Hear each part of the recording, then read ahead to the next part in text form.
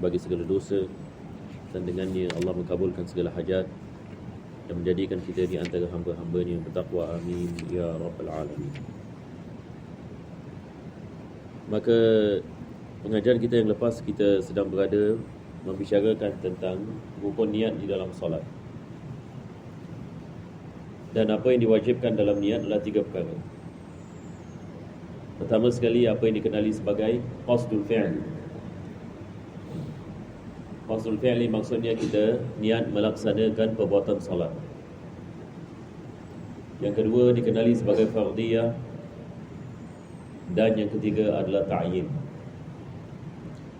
Jadi apabila kita melakukan solat zuhur, kita niat usalli fardha zuhri. Jadi kita ada qasdul fi'li, fardiyah dengan ta'yin. Maka qasdul fi'li dia adalah niat melakukan perbuatan solat. Lepas itu fardiyah membezakan sama ada solat yang kita melakukan ini adalah solat fardu ataupun solat wajib. Lepas itu ta'yin menerangkan jenis solat, sama ada kita melakukan solat zuhur ataupun asar ataupun maghrib. Jadi 3 perkara ini adalah wajib. Kalau kita melakukan solat sunat, hanya 2 perkara, qasdul fi'li dengan ta'yin. Sebagai misal, kalau kita melakukan solat sunat duha, kita mengatakan usalli duha, usalli duha. Ini sudah mencukupi. Jadi kita ada qasdul fi'li dan kita ada ta'yin. Jadi beza di antara solat fardu dengan solat sunat. Solat fardu rukunnya adalah 3, manakala solat sunat rukunnya adalah 2. Yang ketiga, kita ada solat sunat mutlak. Kalau sekiranya solat sunat tak ada sebab, rukunnya hanya 1 sahaja, qasdul fi'li sahaja. Maka satu orang dia niat usalli Allahu Akbar, hanya usalli, usalli Allahu Akbar. Jadi ini adalah 1 rukun. Jadi kalau solat fardu 3 rukun, kalau solat sunat 2 rukun, kalau solat sunat nafil mutlak, ini solat sunat yang tidak ada sebab, 1 rukun. Dan niat ini wajib di hati. Apa yang wajib niat adalah di hati. Dan biasanya sebelum kita melakukan solat, kita melafazkan niat. Dan melafazkan niat juga adalah sunnah. Dia memperkuatkan niat kita dalam hati kita. Apabila kita melafazkan takbir Allahu Akbar, maka kita membaringi niat tadi semasa takbir. Ini adalah cara. Jadi ini adalah rukun yang pertama, niat. Ma'an niyah. Penulis mengatakan an-niyah tu. Selepas itu beliau mengatakan wa takbiratul ihram ma'an niyah. Rukun yang kedua adalah takbiratul ihram. Jadi apabila kita nak melakukan salat, diwajibkan kita melakukan takbir. Dan takbir ini adalah rukun qauli. Rukun qauli, maksudnya wajib kita melafazkannya. Kalau kita takbir dalam hati, tidak sah salat. Jadi kita nak kena melafazkan Allahu Akbar. Kita melafazkan Allahu Akbar. Wajib kita melafazkan. Jadi bila kita melafazkan kalimah Allah, kita nak kena lihat dari kepada tasydidnya. Perkataan Allah, tasydid ada pada lam. Lepas itu kita tebalkan lafaznya Allah. Kita menebalkan lafaz ini pada huruf lam. Dan sebelum itu kita ada alif, Allah. Jadi alif ini makhraj, yani huruf ini, alif ini dia di dada. Jadi bila kita mengatakan Allah, yani dia Allah daripada dada, bukan daripada mulut sini. Wajib ini kita memendekkannya. Kita mengatakan Allah. Tidak dibolehkan kita memanjangkan alif. Tidak dibolehkan kita baca Allahu Akbar. Bagaimana kalau satu orang takbir macam ini? Sah ke tidak? Ini tidak sah, sebab dia mengubah makna. Kita kalau memanjangkan alif, kita mengatakan Allahu Akbar, maksudnya kita sedang menanya soalan, adakah Allah itu maha besar? Sebab alif ini bila kita panjangkan dia jadi istifham. Istifham ini maksudnya jadi soalan. Misalnya kalau saya menanyakan di dalam bahasa Arab ini misalnya a'anta akalta, a'anta akalta, yakni adakah awak telah makan? Maka apabila kita ada dua alif, dia boleh menjadi mad. Jadi bila kita mengatakan Allah, yakni maksudnya Allahu Akbar, jadi kita menanyakan soal. Jadi dia mengubahkan makna. Apabila dia mengubahkan makna, maka tidak sah. Jadi bila kita melafazkan Allahu Akbar, jangan kita buat kesilapan ini. Sebab ada orang yang melakukan sedemikian. Dia panjangkan alif, Allahu Akbar, maka ini tidak sah. Jadi kita baca Allahu Akbar, dan wajib kita melafazkan juga semua yang ini huruf. Selepas ini huruf lam, kita ada huruf ha. Allahu, Allahu. 20 tahun yang lalu saya masih ingat, saya reservis, ada satu hamba Allah ni reservis. Jadi dia mengatakan kepada saya, kalau lafaz Allahu Akbar tak boleh hidupkan ha. Ini fahaman yang agak pelik sekali. Pertama kali dalam hidup saya jumpa ini orang yang mengatakan sedemikian. Jadi dia mengatakan kita nak kena sembunyikan huruf ha. Saya tak tahu, mungkin ada jemaah pernah jumpa ini jemaah ini. Jadi saya menanyakan kepada ni, awak bagaimana ini belajar semua ini? Dia mengatakan tak, kita ada jemaah di Singapura, jemaah ramai, semua melakukan sedemikian. Jadi ini bercanggah ini bang. Kalau kita mengatakan misalnya Allah, lepas tu dia diam, Allah Akbar. Jadi fahaman yang pelik ini dia mengatakan kita tidak boleh melafazkan hu, sebab itu adalah rahsia Allah. Jadi itu hakikatnya ini tidak sah, ini salah. Apa sebabnya? Sebab ini kita tidak melafazkan takbir dengan betul. Jadi bila kita melafazkan hu, ini juga daripada dada, Allahu, Allahu. Kita panjangkan alif Allah. Lepas itu kita ada perkataan akbar, pun sama juga. Kita tidak boleh memanjangkan alif, dan kita tidak boleh memanjangkan ba. Kalau kita baca misalan Allahu Akbar, ini lagi satu kesilapan yang boleh berlaku, memanjangkan ba. Memanjangkan ba juga tidak sah. Takbir tidak sah. Takbir kalau tidak sah, maksudnya solat tidak sah.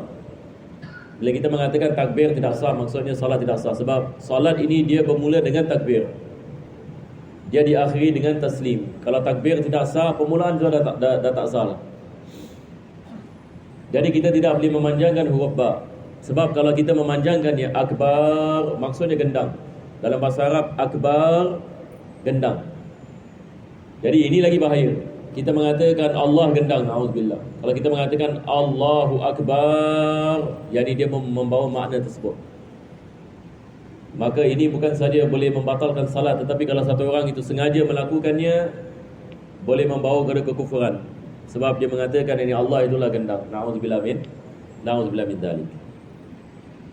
Jadi bila kita melafazkan takbir, kita melafazkan dengan betul.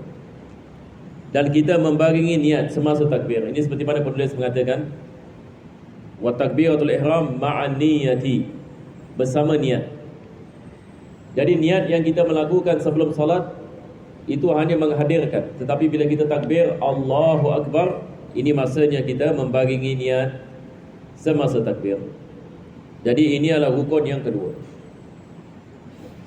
Yang ketiga, penulis mengatakan wa qiraatul Fatihati bil basmalati wa tashdidatil 14. Membaca suratul Fatihah dengan basmalah.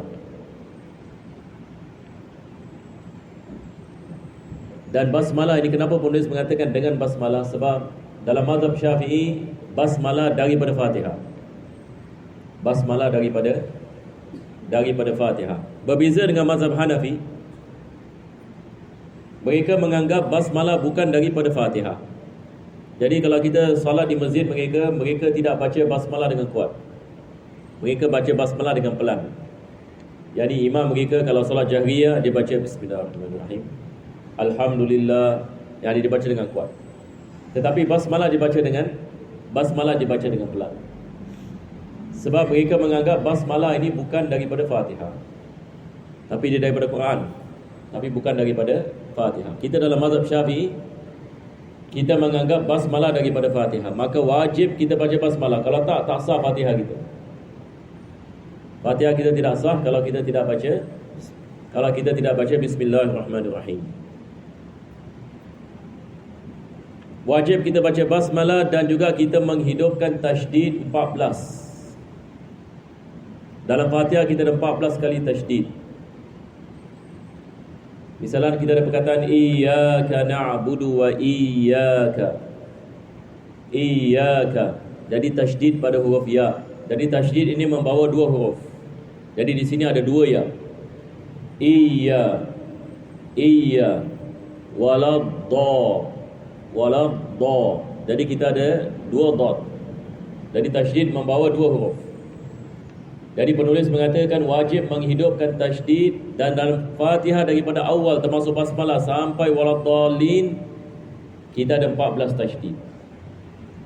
Kita ada 14 tasydid. Jadi kita boleh lihat suratul Fatihah kesemuanya kita ada 14. Maka wajib kita menghidupkan kesemuanya.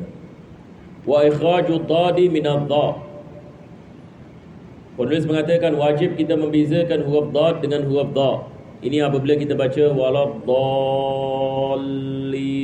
waladda. Beza dengan dha, waladdallin. Jadi dha dengan dha.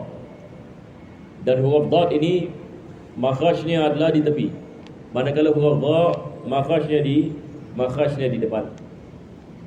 Jadi wajib kita membezakan. Walaisa fil Fatihati dha. Penulis mengatakan dalam Fatihah tidak ada huruf dha. Jadi tidak dibolehkan kita baca waladdallin. Tidak sah. Tidak kena waladdallin. Jadi maksudnya di sini adalah wajib kita menjaga makhraj huruf. Summa ruku' yajibu an yanhaniya bihaitsu tanalu rahatahu rukbatayhi. Jadi kita dah sampai kepada rukun yang keempat. Yang pertama tadi kita adalah niat, kedua adalah takbir, ketiga adalah bacaan Fatihah, keempat adalah melakukan rukuk. Jadi baca surah dia adalah sunnah. Selepas Fatihah bacaan surah ini dia adalah sunnah. Selepas itu kita melakukan rukuk, dan rukuk adalah rukun fi'li. Wajib yang kita melakukan rukuk. Sebelum itu juga kita ada qiyam. Kita ada rukun qiyam, berdiri. Apabila kita melakukan salat, bagi salat wajib yang kita berdiri. Bacaan Fatihah juga yang wajib kita melakukan dengan berdiri. Dan apabila kita melakukan rukuk, penulis mengatakan rukuk yang minimum adalah telapak tangan kita kena kepada lutut. Jadi bila kita rukuk, tangan kita ni dipanggil raha, sampai yang ni ke lutut. Kalau sekiranya telapak tangan kita kena kepada lutut kita, maka kita telah melakukan rukuk yang minimum. Tapi kalau satu orang itu dia rukuk gini saja, dia syarat saja, bagi syarat begini, ini tidak sah. Kalau dia berdiri misalnya, jadi dia nak kena turun sampai tangannya kena yang ni kepada lututnya. Ini adalah rukuk yang minimum. Tetapi yang sempurna adalah dia menjadikan badannya sama paras dengan bumi apabila dia melakukan rukuk. Wa yatma'innu fihi wujuban. Dan diwajibkan dia ada tumaknina. Jadi bila kita melakukan rukuk, wajib yang tumaknina. Apakah yang dimaksudkan dengan tumaknina? Tumaknina maksudnya bila kita melakukan rukuk, bila kita dah sampai kepada bahagian yang wajib, maka kita harus berhenti sebentar. kadar melafazkan subhanallah ataupun subhanallahi wa bihamdihi. Jadi ini yang dimaksudkan dengan tumakninah. Sebab kalau kita tidak ada berhenti, ini tidak sah. Kalau kita rukuk terlalu cepat, ini misalan kita belum lagi sampai macam spring naik, pump. Ini kita mengatakan tidak sah. Sebab dia tidak ada berhenti. Kalau dia tak ada berhenti begini, ini tidak sah. Tapi tumakninah minimum dia apabila sampai kepada bahagian rukuk, dia berhenti sekejap. Jadi berhenti ini dia mesti kadar subhanallah. Itu saja. Ini adalah kita mengatakan paling minimum. Tapi kalau ini tidak ada, maka ia tidak sah. Kita ada hadis Nabi SAW menyifatkan orang yang mencuri dalam salat. Seburuk-buruk pencuri adalah yang mencuri dalam salat. Sahabat menanyakan siapakah yang mencuri dalam salat. Nabi mengatakan orang yang tidak menyempurnakan rukuk dengan sujud. Wa yatma'innu fihi wujuban hatta taskuna a'dha'uhu. Ini yang penulis mengatakan.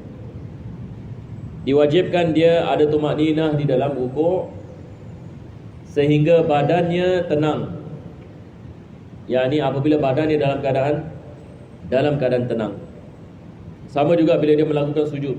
Bila dia dah sampai kepada had kewajiban, maka dia berdiam sebentar. Ini adalah wajib. Summa al-i'tidal wa yatma'innu fihi wujuban, summa sujud marratain. Jadi penulis mengatakan selepas itu i'tidal dan selepas itu sujud 2 kali. Kita berhenti di sini dulu. InsyaAllah kita sambung pada minggu yang akan datang. Saya tidak tahu kalau ada jemaah yang ada soalan boleh tanya, insyaAllah. Saya akan cuba yang ini menjawabnya, kalau sekiranya ada. Kalau tidak ada, insyaAllah kita saya.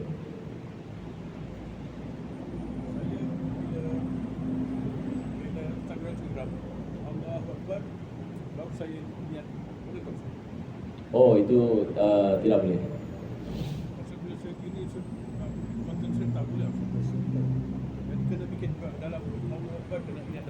Ya, caranya adalah bila kita lafazkan takbir Allahu Akbar, kita melakukan niat pada ketika itu. Sebab kalau sekiranya kita takbir dan kita niat, maksudnya solat kita ini tidak sah disebabkan niat itu datang selepas yang ditakbir. Tapi kalau sekiranya kita susah nak niat semasa takbir, kita niat sebelum takbir. Sebelum. Ya. Bukan selepas. Ya. Jadi sebelum kita melakukan takbir, kita niat. Kita nak melakukan solat fardu Zuhur. Lepas itu cepat-cepat kita takbir Allahu Akbar. Ini kalau sekiranya kita susah nak menghadirkan niat semasa takbir. Jadi imam semua anak kita nak masukkan susah sikit. Ya. Kalau kita susah nak melakukan menzahirkan menghadirkan niat semasa takbir, kita melakukan sebelum takbir. Sebelum takbir. Jadi soalannya adalah berkenaan dengan takbir, ya. Adakah dibolehkan takbir selepas dibolehkan niat selepas takbir? Berkenaan dengan niat selepas takbir tidak boleh. Satu orang misalnya dia takbir Allahu Akbar, lepas tu dia niat. Ini tidak boleh. Tapi kalau satu orang misalnya susah dia mengatakan saya nak hadirkan niat semasa takbir, bila saya mengatakan Allahu Akbar, susah saya nak niat yang menghadirkan niat semasa takbir. Jadi para ulama kita mengatakan dibolehkan kita mengamalkan pendapat yang mengatakan niat sebelum takbir. Jadi sekarang saya nak melakukan salat fardu Zuhur. Macam mana saya nak niat sebelum takbir? Dia nak kena cepat. Dia tak boleh misalan lagi 5 minit saya nak salat baru saya niat. Misalan ataupun saya kat rumah, saya nak pergi Masjid Khalid, saya niat dulu kat rumah, nanti saya pergi Masjid Khalid, saya nak melakukan solat Zuhur makmum. Niat seperti ini tak boleh. Sebab ini dia lama. 5 minit dari sebelum solat niat, ini bukan niat, ini azam. Dalam ilmu fiqh kita bezakan di antara niat dengan keazaman. Jadi maksudnya adalah sebelum kita takbir, sekarang saya nak salat. Saya dah berdiri dah, saya dah menghadap kiblat kan? Saya dah menghadap kiblat. Jadi saya nak masuk ini ke dalam salat. Jadi kita boleh melafazkan niat. kita mengatakan usalli fardhu dhuhri, Allahu akbar. Terus usalli fardhu dhuhri, Allahu akbar. Terus ini kita melakukan takbir. Tapi kalau kita boleh melakukan niat semasa takbir, ini adalah pendapat yang dipilih dalam mazhab Syafi'i. Yani kita melakukan niat bila kita takbir, Allahu akbar. Jadi bagi orang yang dah biasa tak susah sebenarnya. Tapi ada orang mungkin susah. Jadi ada kelonggaran dalam ini perkara ini. Jadi dia niat ini sebelum ini takbir. Wallahu a'lam bishawab. Jadi insya-Allah kita baca surah Al-Fatihah ila hadirat Nabi sallallahu alaihi wasallam. A'udzu billahi minasyaitanir rajim. Alhamdulillah. Iya, sangat.